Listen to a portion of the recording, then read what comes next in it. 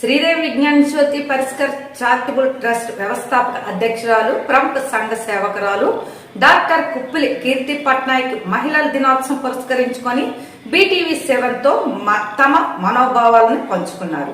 అంతర్జాతీయ మహిళా దినోత్సవం సందర్భంగా మన ముందు వచ్చారు శ్రీదేవి విజ్ఞాన జ్యోతి పరిష్కర్ చారిటబుల్ ట్రస్ట్ డాక్టర్ కుప్పిలి కీర్తి పట్నాయక్ గారు మన ముందున్నారు. ఇప్పుడు 6 మాటల్లోనే తెలుసుకుందాం మన బీటీవీ 7లో ముఖాముఖి. నమస్తే అమ్మా. నమస్తే స్వామి. ఈరోజు మీ ఛానల్కి రావడం, మీ స్టూడియోకి నన్ను ఇన్వైట్ చేయడం నాకు చాలా ఆనందంగా ఉంది. మేడం, ఈరోజు మా ఛానల్కి రావడానికి కారణం మీ ఆహ్వానం మేరకు మహిళలను ఉద్దేశించి కొన్ని మంచి మాటలు చెప్పే ఒక చిరు ప్రయత్నంతో ఎన్నో సేవలు చేస్తూ గత 20 years నుంచి మాదైన శైలిలో మేము అందిస్తున్నాం. సిటీలోనే కాదు, ఉత్తరాంధ్రలో అన్ని జిల్లాల్లో 3 జిల్లాల్లో మాదైన శైలిలో మేము శ్రీదేవి చారిటబుల్ ట్రస్ట్ తరఫున చాలా సేవలు అందిస్తున్నాం. సో ఈరోజు మీ ఛానల్కి రావడం నాకు చాలా ఆనందంగా ఉంది. మీరు ఆహ్వానించడం కూడా నాకు ఇంకా చాలా ఆనందంగా ఉందండి. Thank you madam. అంటే మన ఛానల్కి రావడానికి ముఖ్య కారణం చెప్పారు, మహిళల్లోని ఎంతో ముందుకు తీసుకువెళ్ళాలని, వాళ్ళని ఎంతో ముందుకి ప్రయోజకులు చేయాలని, అంటే ఇంట్లోనే ఉండిపోకుండా స్త్రీ అన్న ఆవిడ ఎప్పుడు కూడా ఇంట్లోనే ఉండిపోకుండా ఈ దేశంలో ప్రతి దాంట్లో కూడా ముందుకు వెళ్ళాలని ఆమె మాటల్లోనే చెప్తారు విందామని. పరిపూర్ణమైన స్త్రీకి అది ఎంతో గౌరవం, గుర్తింపు, ఆనందం. అదే నిజమైన స్త్రీకి అందం. ఓకే, అందం గురించి చెప్పారండి, స్త్రీల గురించి. ఇప్పుడు మొక్కల గురించి కూడా, మరి మొక్కలు అంటే పెంచడంలో ఆమెకి చాలా ఇష్టం అనమాట. అది ఎలాగా ఆమె దాని గురించి చెప్తారో దాని గురించి కూడా మనం అడుగుదామండి. మొక్కలు అంటే ఇప్పుడున్న క్లైమేట్ అంతా చూస్తున్నాం కదా, అంతా పూర్తిగా పర్యావరణం అంతా కలుషితం అయిపోయింది. సో దీన్ని కొంచెమైనా మనం క్లియర్ చేయాలి, పర్యావరణాన్ని కొంచెమైనా క్లియర్ చేయాలి, దాన్ని మనం పరిరక్షించుకోవాలి. దీనికి మా నాన్నగారు నాకు ఎంతో స్ఫూర్తి. ఎందుకు అంటే మా నాన్నగారు ఆయుర్వేదిక్లో ఇంటి చుట్టూనే మొక్కలంతా పెంచేవాడు. ఆ మొక్కలతోనే నాన్నగారు మా పెరట్లో ఏవైతే ఉన్నాయో ఆ మొక్కలే నూరి ఇచ్చేసి మెడిసిన్ చేసి ఎండబెట్టి అదే వచ్చిన వైద్యం ఆయుర్వేదిక్ అదే వచ్చిన పేషెంట్స్కి వైద్యం చేసి ఇచ్చేవారు అన్నమాట. అందువల్ల నేను నాన్నగారి దగ్గర నుంచి నేర్చుకుంది. చిన్నప్పటి నుంచి నాకు మొక్కలంటే చాలా ఇష్టం.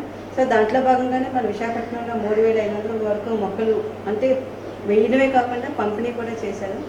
మరి మనుషులను ప్రేమించడం, స్త్రీలను ప్రేమించడమే కాకుండా మొక్కలను కూడా మరి దాని పరిరక్షణ కోసం కూడా ఎంతో మంచిగా చక్కగా చెప్పారు మన బీటీవీ 7కి వచ్చి. మరి ఎంతో మరి ఆ మాటల్లోనే విన్నాం. అంటే మనం మొక్కలు పెంచడమే కాదు, వాళ్ళ నాన్నగారి దగ్గర నుంచి కూడా అది వచ్చిందని చెప్తున్నారు మేడం గారు. ఏంటంటే అది ఆయుధం, అదొక మెడిసిన్ కింద వాళ్ళ డాడీ తయారు చేస్తూ మరి అనేక మందికి అది సర్వే చేయడం కూడా జరిగింది. కీర్తి పట్నాయక్ గారు మన ముందున్నారు కదా, ఇప్పటివరకు చెప్పారు. ఇప్పుడు స్త్రీలంటే ఆ గౌరవం, ఆ ప్రేమ ఆమె మాటల్లోనే మనం విందామండి. చక్కటికి వచ్చిందమ్మా. నిజంగా నాకు ఈ ప్రశ్న మీరు ఎంతవరకు వేస్తారని చూస్తున్నాను. స్త్రీలు అంటే నాకు నిజంగా చాలా ప్రేమ. అది ధనికుల పేదవాళ్ళ అని కాదు. స్త్రీ అంటే తను చాలా ధనికులవని పేదవాళ్ళని చాలామంది స్త్రీలు నిస్సహాయ స్థితిలోనే ఉన్నారు. అలాంటి వాళ్ళకి ఏదో ఒక విధంగా సాయపడాలి అనేది నా ఆశయం అనమాట. నేను కూడా ఒక స్త్రీని, నేను కూడా సముద్రం మధ్యలో ఉన్నాను. ఆ సముద్రం మధ్యలో నుంచి ఈదుకుంటూ నాకు నేను ఈత నేర్చుకుంటూ బయటకు వచ్చిన ఒక మహిళా మూర్తిని.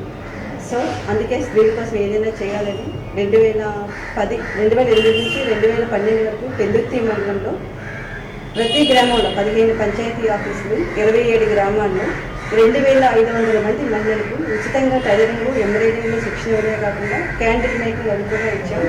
అక్కడ వాళ్ళంతా అన్నీ కోల్పోయి రోడ్డు మీద పడ్డారు. అందరిలాగే నేను పులిహోర పట్టుకొని వెళ్ళాను. వాళ్ళని చూస్తే నాకు మా అమ్మ నాన్న గుర్తుకొచ్చారు. చిన్నప్పుడే అమ్మని నాన్నని నేను లాస్ అయ్యాను.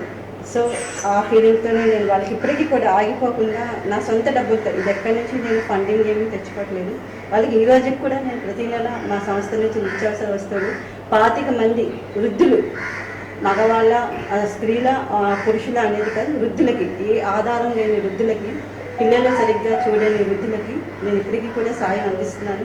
మన మీడియా వాళ్ళకి తెలుసు, ప్రెస్ వాళ్ళకి తెలుసు, మీరు నిరంతరం చూస్తూ ఉన్నారు. ప్రతి కార్యక్రమం మీతో షేర్ చేస్తున్నాను నేను. మరి మహిళల దినోత్సవం మనకి 8వ తేదీన మనకి మహిళలతోటి మనం పంచుకునే రోజు వచ్చింది కాబట్టి మనం మహిళలతోటి మాట్లాడేటప్పుడు మనం ఎలా ఉండాలి, ఏముండాలి, మహిళల్లో ఎలా మనం కలిసి ఉండాలి అనేది ఇప్పుడు మన మధ్యలో ఉన్న మేడం గారు మాట్లాడతారు. థ్యాంక్ యూ అమ్మ, మంచి క్వశ్చన్ వేశావు.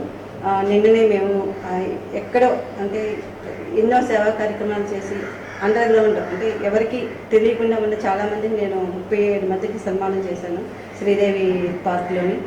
నేను చాలా ప్రౌడ్గా ఫీల్ అయ్యాను. ఇంత కార్యక్రమం నా చేత చేయించిన నా బ్యానర్ నాకు నిజంగా దేవతామూర్తి. ఆ బ్యానర్ నేను ఎప్పుడూ రుణపడి ఉంటాను. స్త్రీ అంటే ఆమె ఒక తల్లి, ఆమె ఒక జీవనది, ఆమె ఒక అన్నపూర్ణ. అంటే పురుషుడు తినే గాలి ఆమె, తాగే నీరు ఆమె, తినే తిండి ఆమె, అన్నీ ఆమె సర్వం. ఆమె యొక్క పోరాట యోధురాలు, ఆమె యొక్క విధి రాతకు బలి అయిన ఒక నిరాశ ఇది కూడా ఆమె. సో ఎన్నో క్వాలిటీస్ ఉన్నాయి. చాలా తెలివైంది స్త్రీ, చాలా చక్కగా ఆలోచిస్తుంది ప్రతిదీ. అసలు నిజంగా చాలామంది పురుషుల వల్లే స్త్రీ ఈరోజు బయటికి రావాల్సి వచ్చింది. నిజంగా చాలామంది భార్యకి ఇచ్చే గౌరవాన్ని ఇచ్చి ఇంటికి రోజుకి 200 తెచ్చుకుంటే 100 రూపాయలు ఇచ్చిన ఆ 100 రూపాయలతో తన ఇల్లు మెయింటైన్ చేయగలరు.